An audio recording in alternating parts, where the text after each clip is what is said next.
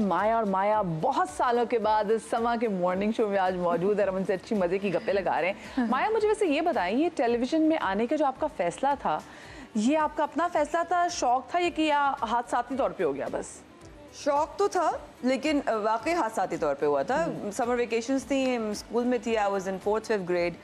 तो वो शाहीन अंसारी साहिबा मेरी, मैं आज भी ज़िंदगी भर अल्लाह ताला उनको ज़िंदगी सेहत दे, और वो शहजाद खलील की असिस्टेंट थी जब उन्होंने प्ले किया था, तन्हाइयाँ किया था, एंड वो थी इंफोटेनमेंट की। उनकी छोटी बहन और मेरी बड़ी बहन सेंट जोसेफ्स में थे। तो उन्होंने अम्मा को फ़ोन किया, मम्मा को सब जो है ना हम प्यार से अम्मी अम्मी नहीं निकलता था, मेरे बड़े भाई से मरहूम से तो वो अन्नी निकलता था। अन्नी, वो मुझे मुन्नी की ज़रूरत है, वो उसको भेज दें, कोई शो आ गया, ये वो है, वो कर लेगी, आप भेजो तो सही उसको। वैसे शुक्र है आपकी उससे किसी पंजाबी से मुलाकात नहीं हुई, आप उनको अन्नी कहती थी? नहीं, हमारे घर में आधा पंजाबी है तो फिर भी कहते ही थे, क्योंकि जो मेरी अम्मा है ना, उनको कोई इस तरह अन्नी कह भी दे ना, आधी सोच है।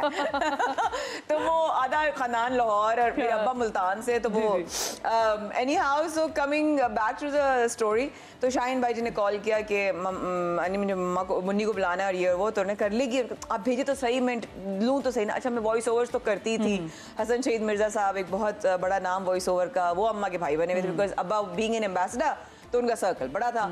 तो वो उन्होंने ले गए, वॉइस ओवर हुई, और उन्होंने कहा ठीक है भाई। अच्छा, हमें नहीं पता, तो पैसे भी मिलते इस चीज़ के?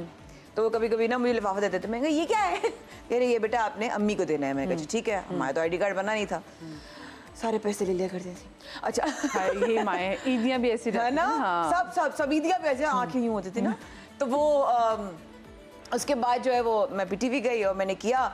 तो शुरू में बड़ा मजाक उड़ता था मेरा कि कभी कभी काफ साफ ना हो, खे साफ ना हो, तो वो PTV आपको पता है। जी जी जी। तो और वो फिर आप UP से वालदा हो आपकी, और आपको पता, आपकी अम्मा को पता चल जाए कि इसने कीमा बोला और इसने कैंची बोली, तो फिर वो घर में भी फिर जो होता था आप अंदाजा लगा सकती हैं। बिल्कुल, मैं तो वाकई मुझे लगता है मैं PTV में ही रहती हूँ। बस आप रहती है ना, आपकी PTV जैसी कि झलक से शादी भी हो गई है, तो आप अच्छी तरह मेरा बात समझ सकती है। तो वो उसके बाद मेरे क्लास होती थी। अच्छा, मुझे लगता था मैं हर वक्त एक ट्रेनिंग में हूँ ना, कि मैं स्कूल जा रही हूँ तो घर आऊँ, तो डिबेटर भी थी मैं, तो वो उसकी वजह से वो लहजा, तलफ़ुज़, अदायगी, तालु से ज़बान लगना, हर चीज़ ना वो वॉइस ओवर की वजह से और साफ़ होती चली गई। तो फिर उसके बाद हमने कोई शो किया, कोई शो को 3 महीने का था, और 3 महीने से 6 महीने का, 6 महीने से 9 महीने, 9 महीने से 12 महीने, वो 1 साल चला। और शाहीन भाई जी ने हमें एज एन एंकर, अब हम जाते थे स्कूल ना, हम एंकर बन गए, माया खाना एंकर बन गए, मतलब स्टार ना, मतलब फुल अपने आप को लीडर टीचर है, गो टू योर क्लास। इतनी सी इज्जत थी, बस आज भी याद करते हैं, सारी भरमबाजी चलेगी। तो ये था, this is how I started, and it was a never ending journey, and I'm so glad 3 दफा छोड़ने के बावजूद I come back to this field and profession, and I believe कि उसका रीज़न है, वो बार बार लाता है, उसकी मर्जी है, तब उसकी मर्जी में सर झुकाए एंड जस्ट सबमिशन। अब जहाँ जहाँ लेके जा रहे हैं वहाँ जा रही हूँ। अच्छा, सबसे ज़्यादा गैप कब आया ये बताएं? मॉर्निंग शो का बहुत बड़ा गैप आया था। तो the last morning show I did, I was 2014 के बाद मैंने जो मॉर्निंग शो किया वो किया मैंने। उसके बाद बीच एक्टिंग का तो मेरा बहुत लंबा गैप आ गया। एक्टिंग मैंने छोड़ दी थी बिकॉज अम्मा कहती थी बेटा रोमांस, आपके अब्बू, आपके खानदान, आप अच्छा नहीं लगता, ऐसे ना कोड वर्ड्स आपको पता है क्या होते हैं, बेटा एक्टिंग। अच्छा, अभी भी ये हुआ।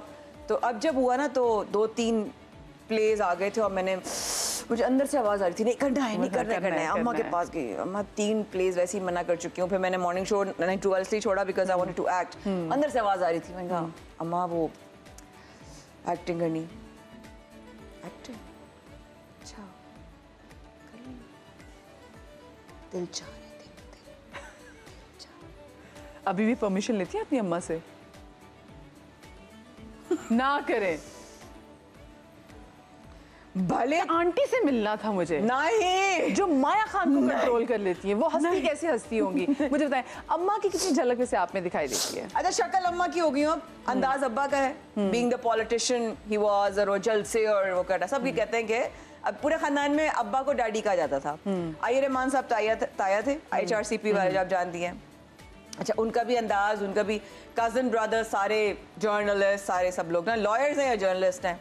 अच्छा, अंदाज मेरा लॉयर्स वाला है बात करने का, बन मैं एंकर गई ज्यादातर न्यूज साइट पे, तो कहते थे वो है तो जरासीम वही, तो शक्ल अम्मा की है। अब मैं आपको अगर कभी तस्वीर हुई तो डेफिनेटली शेयर करूंगी।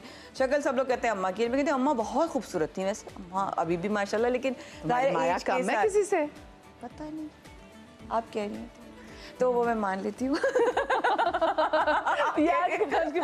ये बहुत ज्यादा माया है, आप मान लेती हूँ। तो वो अम्मा बहुत माशाल्लाह, अब्बा उनको अल्लाह बख्शे बेगम साहिबा कहते थे।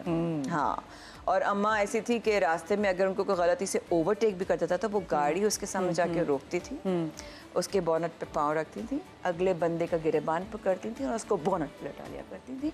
और अब्बा 5 फुट 11 इंच 6 फुट का आदमी जो है ना, वो आधा सोता था, बेगम साहिबा अंदर जाए।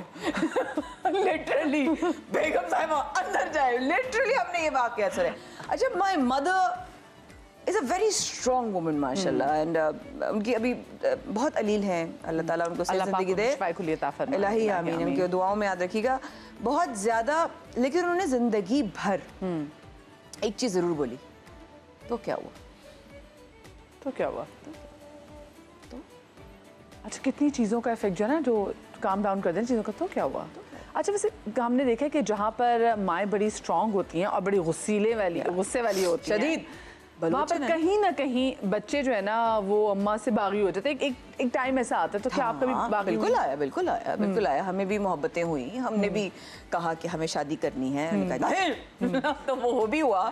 और फिर उसके बाद बड़े बड़े मजे के वाकयात, और उसमें ये भी था कि एक दफा आपको याद होगा, इस जमाने में फैशन आया था बड़ी लंबी चाकू का ना, वो था कि वो माशाल्लाह पित्ते तक जाती थी। हाँ, थैंक यू वेरी मच, बहुत आपने खूबसूरत तरीके से आपने अदायगी की। तो वो हम किसी ने सिलवा के दे दी, तो हमने वो उनका कपड़ा था, वो वियतनाम से आया हुआ है। जब वो अब्बा ये लोग की सारी पोस्टिंग खत्म हुई थी तो वियतनाम का कपड़ा था, बड़ा खूबसूरत कपड़ा था। मैं अम्मा मुझे चाहिए, मैं सिलवा लूँ ना। दुपट्टा भी बनवाया, और क्योंकि लैला मजनू उस वक्त तक शूट हो रहा था, और मैं हीरोइन तो थी मैं, तो वो मैं पहन के निकल रही थी तो आवाज आई, वापस आई है, मैं भागने वाला, चली गई। मुझे पता था मेरा हो जाए ना कस्टम। तो वो अम्मा ने कहा इधर आइए, मैं कहा दुपट्टा मैंने डाला, और मैं खड़ी हो सकती हूँ सेकंड के लिए? खड़ी हो सकती हूँ मैं? हाँ, बिल्कुल। मैं ना वो तो मैं यूं गई, मैंने कहा जी दुपट्टा ना नीचे यार नजर ना आए ना। मैं कहा जी अम्मा जी, तो यूं आया, यूं गया, जाइए बदलिए, और फिर आप गई? नहीं अम्मी नहीं, आपकी सोच है, नहीं हम वापस बदल क्या है, हम क्या करते हमारे भाई अम्मियों के आगे तो और कुछ भी नहीं हो कर सकते ना आप। वो फिर अब ये है कि बहुत ज्यादा बहुत वक्त के साथ हालात के साथ मेरे जितने भी फेज आए, जब मैंने उनको अलग अलग वाक़ों पे बताया कि ये हो रहा है, तो जब तक माशाल्लाह उस वक्त बहुत एक्टिव थी, अब इतनी एक्टिव नहीं है, लेकिन यूं बैठी हुई सोफे पे, बैठी हूँ। पहले क्यों नहीं बताया? मैं तो यहाँ से तो जान निकल जाती है, मतलब रूह मेरी परवाज कर गई थी, तो आपका क्या हाल होता होगा जब कोई गलती की हो, मैंने पकड़ा हो? पहले क्यों नहीं बताया? ओह, तो बड़ी सख्त है। हाँ, वो बहुत अच्छा, काफी सारे, अल्लाह आपको सेहत दे, ताकि दोबारा माया को बिल्कुल ऐसे आप माया को घूरियां कराएं, जो आप वो कहते हैं माया कहती है मैं जब बागी हो गई थी, जब कभी मोहब्बतें वाली होती थी। हाँ। माया मुझे बताएं, क्योंकि अब मैं आपको देख रही हूँ, आप बिल्कुल वैसी हो गई जैसे आपको ना पहले देखा करते थे। रियली? यस, बिल्कुल टिप टॉप जवान, हसीन लड़की, खूबसूरत तरीन। हाँ जी। तो मुझे ये बताएं कि क्या अब, क्योंकि दोबारा से, क्योंकि अब इतने सालों पीछे चली गई हैं, तो आपका प्लान है कि एक बार फिर से चलो मोहब्बत करते हैं? मोहब्बत किसी एक अंदाज में आप कह रही हैं, एक डायरेक्शन में कह रही हैं, किसी एक आदमी के लिए कह रही हैं? हाँ, किसी इंसान से, हाँ, क्योंकि कंपेनियनशिप बहुत मैटर करती है। हाँ।